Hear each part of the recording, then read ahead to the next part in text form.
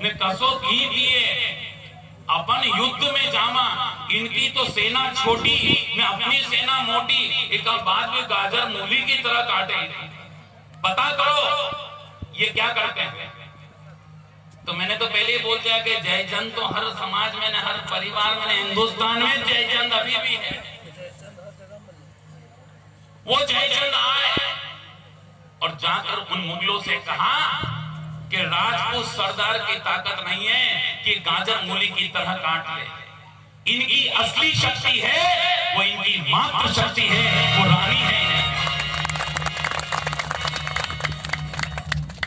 अगर यहां कोई इतिहास का जानकार बैठा होगा, हिस्ट्री का, तो 1150 के इतिहास के पहले उठाकर आप देखो, जब राजा महाराजा युद्ध करने जाते थे, कवच पहनते थे, कुंडल पहनते थे, ढाल कृपाण लटकाते थे, भाला हाथ में लेते थे, और जिस समय युद्ध की रणभूमि में जाते उस समय वही महारानी हाथ में सोने की थाल लेकर के, सोने की आरती सजा करके और दरवाजे के ऊपर आती।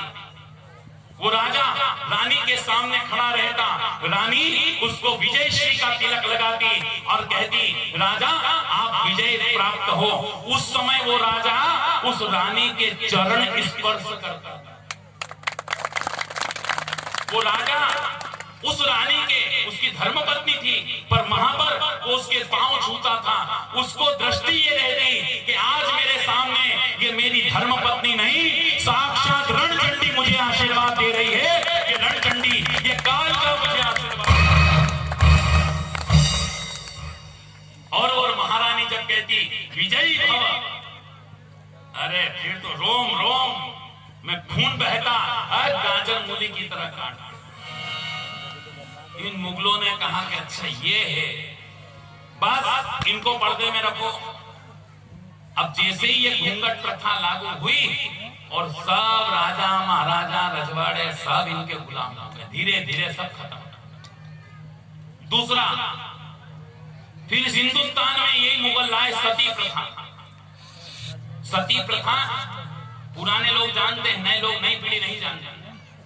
सती प्रथा में ये होता था कि जब कोई राजा, कोई महाराजा, कोई स्त्री का पुरुष देवलोक हो जाता, भगवान के घर चला जाता, तो जात पात के लोग, समाज के लोग उस स्त्री का हाथ पकड़ करके कहते कि तेरा पति मर गया, अब तू भी इसके साथ जिंदा चीता में जल, तेरे को भी जिंदा रहने का अधिकार नहीं है।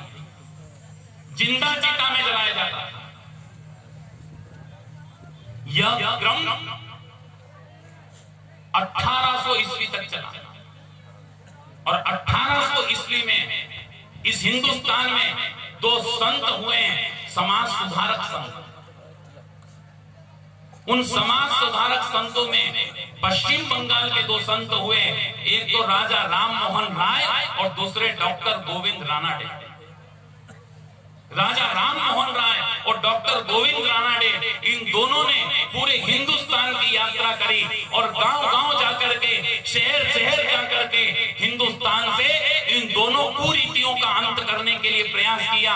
एक तो सती प्रथा और दूसरी पर्दा प्रथा।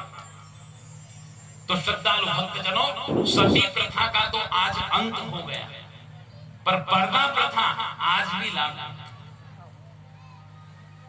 और यही नारी जो शक्ति का रूप है, इस पुरुष प्रधान समाज ने उसको अपने पांव की जूती समझ लिया। और इसी कारण वेद में तो लिखा है, यत्र नारस्तु पूज्यन्ते रमन्ते तत्र देवता।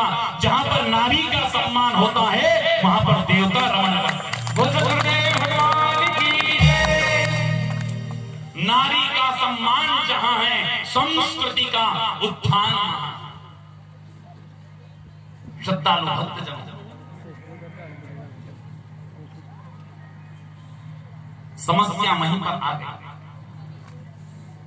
और नहीं तो पर्दा प्रथा हमारे यहां नहीं। और प्रमाण बता देता हूं, और प्रमाण।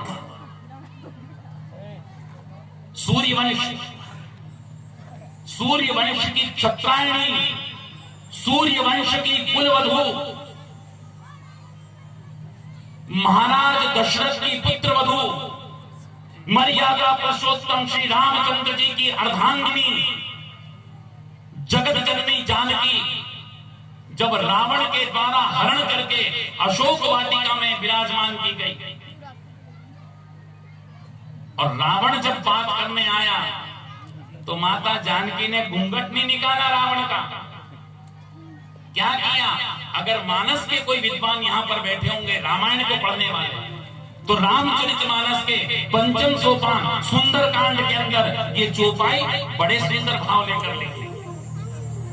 तृण धरी ओट कहत वैदेही, तृण धरी सब ओट कहत वैदेही, तृण धरी ओट कहत वैदेही, तृण धरी ओट कहत वैदेही, सुमिरी अवधपति परम स्नेही, सुमिरी अवध